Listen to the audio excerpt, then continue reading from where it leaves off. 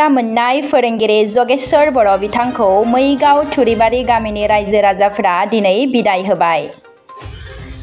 747 नं मैगाव थुरिबारि गुदि फरायसालियाव गोबाव समनिफ्राय गाहाय फोरोंगिरि बिबान लानानै फरायसाफोरखौ फोरोंबोनाय जगेश्वर बर' बिथांखौ गामिनि रायजो राजाफोरा मोनसे मेहेरगोनां हाबाफारि बानजायनायनि गेजेरजों गाजा गोमजायै बिदाय होयो। जगेश्वर बर' बिथाङा बिदाय होनायखौ आजावनानै लायो आरो गोजोननाय फोरमायो। बिदाय होखांनायनि उनाव मैगाव थुरिबारि गामिनि सान्थि आफादनि आफादगिरि सुमेरन औवारिया ओरैबायदि फोरमायथियो।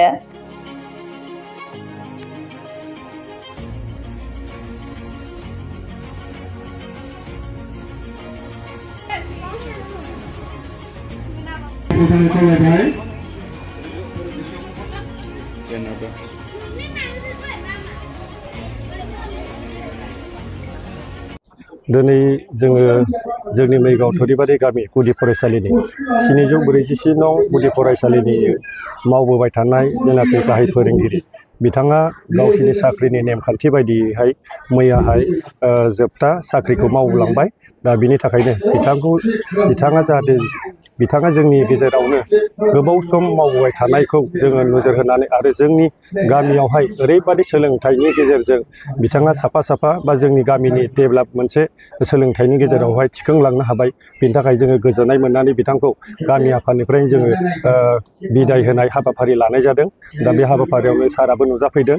दा बेजों लोगोसे जोंनि गामिनि रायजो राजा बिथांमोनहाबो गोजोननाय मोननानै जयैनो बिथांखौ दिनै बिदाय होनाय हाबाफारि लानाय जादों। बिथाङा फोरोंगिरि थामहिनबा बिथाङा फरायसालिफोराव माबायदि प्रेजेन्टफोर जाफैयोमोन? बिथाङा जों नुबाय थानाय समाव जेब्लानाखि बिथाङा बे गुदि फरायसालियावहाय फोरोंगिरि जाफैदोंमोन बे दिननिफ्रायनो बिथाङा मेंनो रोङै बायदि सासे होनजायो। बिथाङा खुनु दिन स्कुलाव एबसेन्ट जाफेराखै आरो खुनु दिन बिथाङाहाय माबा मोनसे गाज्रि आखुथाइजों थांफेराखै। जोङो गामिनि रायजो राजायानो बिथांजों थाफाबाय थानानै सोमोन्दो लायो आरो जोंबो रायजो राजा हिसाबै फरायसालिफ्राव फैनानै मा उसुबिदा जादों सोर फरायसाया रोंदों रोङाखै जोंबो नांथाबनानै बिथांखौ मदद होबोबाय थानाय जादों। गामिनिफ्राय माबायदि सुबुं सम्पद दिनैहाय जोङो बेखायनो बे हाबाफारिखौ लानाय जादों। दिनै जोंनि बे गुदि एलपि स्कुलनिफ्रायनो बिथांमोन फोरोंलांनाय सात्रनिफ्राय दिनै जोंनि गामिनिफ्रायबो जोङो जथेस्थ बुंनो हानाय बादि दिन्थिनो हानाय बादि जोंनि गामिनिफ्राय फरायनानै बा गुदि सोलोंथाइ लानानैनो दिनै साख्रि मोनहैनो हादों गोबां फरायसा आरो फरायसुलिफ्रा। बुंनो थाङोबा दिनै उकिलबो साख्रि मावहैलायनो हाबाय आरो बेंकआवहाय एकाउन्टेन्टबो जाहैनो हाबाय। बेजों लोगोसे बे गुदि फरायसालियावनो फरायनानै इउएन कलेजावहाय सासे फोरोंगिरिबो दङ, फोरोंगिरिबो मावहैनो हादों आरो डिफेन्स लाइनावबो साबासो दङ।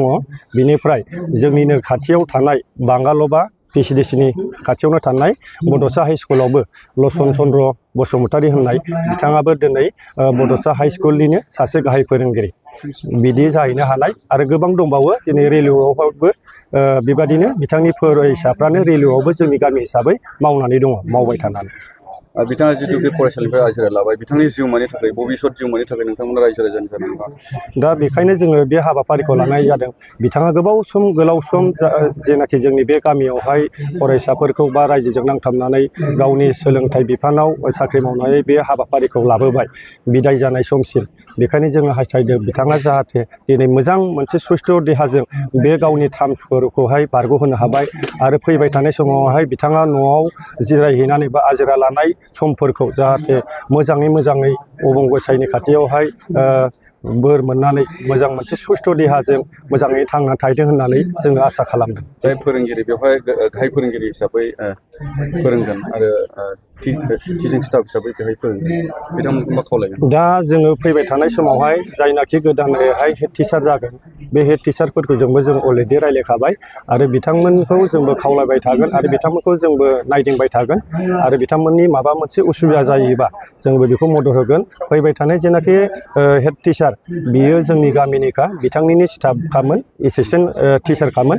दा बिथाङा रिटायार जालांनाय लोगो लोगो दा एसिस्टेन्ट टिचारा दा हेड टिचार जानानै फैबाय। दा गामिनिनो हेमेन बर' होननाय दा बिथांखौबो आं खावलायगोन गामिनि जानानै जाहाथे गोदानै मोननाय हेड मास्टारा जाहाथे बे फरायसालिखौ सिगाङावहाय जेनाखि मावलांनाय हेड टिचार बेबायदिनो मोनसे गोग्गो सोलोंथाइ होनानै गामिखौ बा फरायसाफोरखौ मोनसे गोग्गो सोलोंथाइ होलांनो हायो। सरकारि गुदि फरायसालियाव बे ओनसोलनि रायजो राजाफ्रा गावनि गथ'फोरखौ माबायदि फोरोङो दिनैहायथ' जोंनि गामि हिसाबै जोङो बे गामिखौ जोथोन लानाया जों गामि हिसाबै जोथोन लाबाय थायो बेखायनो जों खावलायबाय थायो जोङो गामियारि हिसाबैहाय जों बेखौनो लुबैदों आरो जों खावलायबाय थादों जोंनि गामिनि फरायसा फरायसुलिफ्रा गुदि सोलोंथाइखौ जोंनि बे सरखारि गुदि सोलोंथाइयावनो सोलोंथाइ लानांगौ होननानै दा जों बेखिनिखौ गावनि आफादनि जानानैहाय जोङो गामिनि बिमा बिफा फरायसा फरायसुलिखौ जोङो गुदि फरायसालियावनो फोरोंफैनो थाखाय जों खावलायबाय थायो। बेसेबांसो जौखोन्दो फरायसाफ्रा बे फरायसालियाव दा बर्थमानावहाय 55सासो दङ फरायसा आरो फरायसुलि 55सासो दङ दा आरो जोंहा अंगनबादियावहाय दा अलरेडि क्लास 1आव फैगोनफोरजों लानानै बेहाय 35सो आरो अलरेडि दंखाबावो आरो एरबावगोन आरो 35सासोआ अंगनबादियावहाय फरायबाय थागासिनो दं।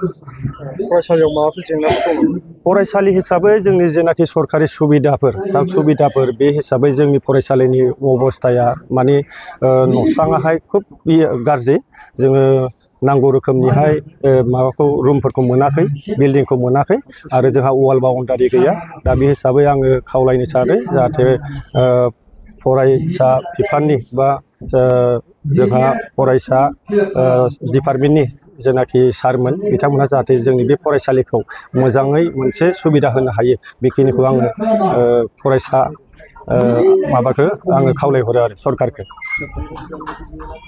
फोरोंगिरि मावनानै दिनै आजिरा मोनबाय बे ओनसोलनि रायजो राजाफ्रा नोंथांखौ दिनै बिदाय होदों माबायदि मोनदों? आं बिराद मोजां मोनदों आरो गोदोनिफ्रायनो बे फरायसालिनि बे गामिनि सोद्रोमाफ्रा मानसिफ्रा आंखौ बिराद सहाय खालामबोदों आरो बे फरायसालिया आं बे रायजोफ्रा सहाय खालामनायाव एबा हेफाजाब होनायाव आङो बे गुण'त्सव फाथिनायाव आङो खेबथाम A+ मोनदों हादों आरो बेल' नङा दासिमबो आरो जेब्लाबो बे रायजो राजाफ्रा जाहाथे फरायसालि दावगानायाव जाहाथे हेफाजाब होबाय थाथों बेखौनो आं मिजिंथिबाय।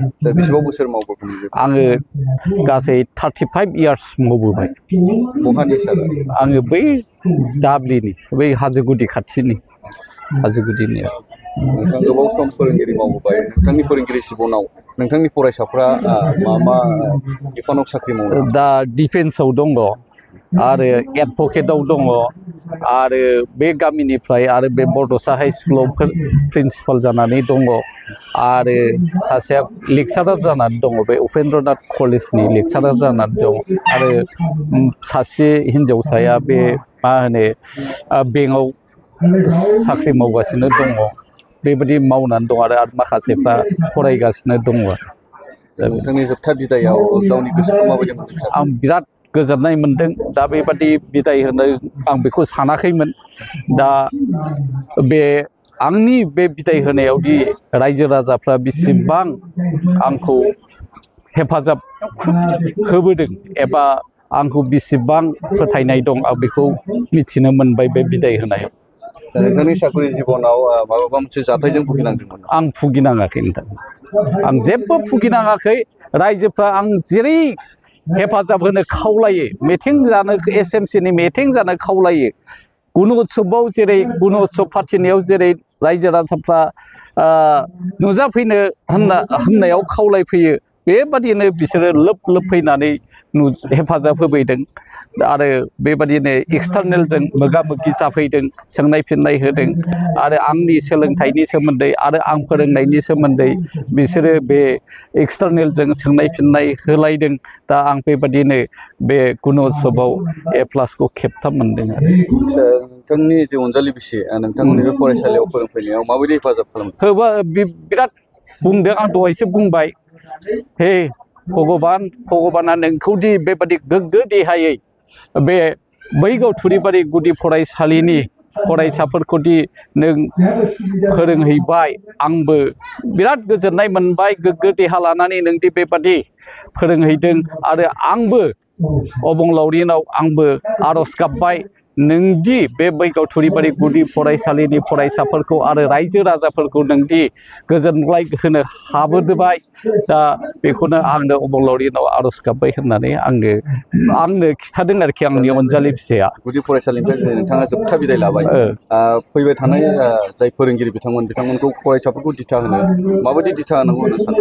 आंबो दाथ' आं बुंबायानो रायजोफोरनि सिगाङाव मेलाव बुंबायानो जाहाथे आंनिख्रुइ जाहाथे बिथांमोना जाहाथे साबसिन दिथा होनो हायो बेखौ आं खावलायबाय मानो होनोबा दानि बे कारिकुलाम गभर्नमेन्टनि जि कारिकुलाम बे कारिकुलामा बिराद खरा आरो खराथ' नङा फोरोंथारनांगौ बेबादि नेमखौ लानानै जाहाथे नोंसोरो फरायसालियाव एबसेन्ट जायालासेनो जाहाथे नोंसोरो फरायसाफोरखौ गोरों गोरा खालामो एबा फोरोङो बेखौ आङो बेबादि खावलायबाय आरोखि सरकार हिसाबै गुदि फरायसालिखौ माबायदि जोथोन लानांगौ होनना सानो सरकारि हिसाबै गुदि फरायसालियानो जाबाय फाउन्डेसन गायसननाय दा बे गुदिथाराव जुदि गथ'फ्रा मोजाङै सोलोंलाङाबा आखौ जुदि मोजाङै सोलोंलाङाबा हांखोफोरखौ मोजाङै फिदिंलाङाबा दा गोजौआव फैलार जाहैयो आरो सानजाबनाय दानख'नाय हांखो जथायनानै फोरोंनाय दा बेफोर गैयाबा बे गोजौ लेभेलाव बेबादिनो आन्दायहैयो एबा फैमाल जाहैयो आं बेखौ आङो लोगो फोरोंगिरिफोरखौ आङो बुंबाय थायो नोंथांनि जे फरायसाफोर नोंथाङा फोरोंनाय फरायसाफोरा गोबां गोजौ थाखोनि बिफानफोराव साख्रि मावबाय गुबुन गुबुन बिफानाव गोसोखौ माबायदि मोनदों दा आं गोजोननाय मोनदों आरो आङो सम बे रिजाल्टफोर होयोबा आं खबर लायो दिनैथ' सेकेन्डारि रिजाल्ट होबाय बेसेबां पास जाखो दिनैथ' मेट्रिक रिजाल्ट होबाय बेसेबां पास जाखो दा बेफोरबादिखौ आं खबर लाबाय थायो दा आङो बे आं फोरोंहरनाय बे गथ'फ्रा मोजाङै मोजां सम पास जायो बे डिभिसन डिभिसनाथ' लाखायो जेनेबा दा थेवबाबो गरिब न'खरनि मानसिफोरब्लाबो बिराद मोजाङै फरायगासिनो दङ आं बेखौ फरायबाय थाथों आं बेखौ मिजिंथिबाय जिहेतु नोंथाङा दिनै जोबथा बिदाय लाबाय नोंथाङा फिउचार बा भबिष्यतआव मा मावनो सानदों आंहा न'खर दङ आङो न'खराव थानानै बायदिसिना खेथि मावगोन आरो आंथ' दा सरकारानो जुदि आंखौ रेहाय माबा जिरायनो थिनबायबा आङो जिरायनाय समसै आं जिरायगोन आरो आंहा गथ' दङ फरायगासिनो दङ आं दा बे गथ' गथायफोरखौ आङो दैदेननांगोन आरो सम जुदि रायजोफ्रा बे फरायसालिखौ नायफैनो थिनोबा आङो सम नायफैयालाबानो थानो हानाय नङा आरोखि मानो होनोबा आंनो आंनि बांसिन थांनानै थानाय जिबनखौनो आङो बे गामियावनो थानानै आङो दैदेनलांबाय आंनि जिबनखौ आं बेखौनो गोसोआव सानगासिनो दं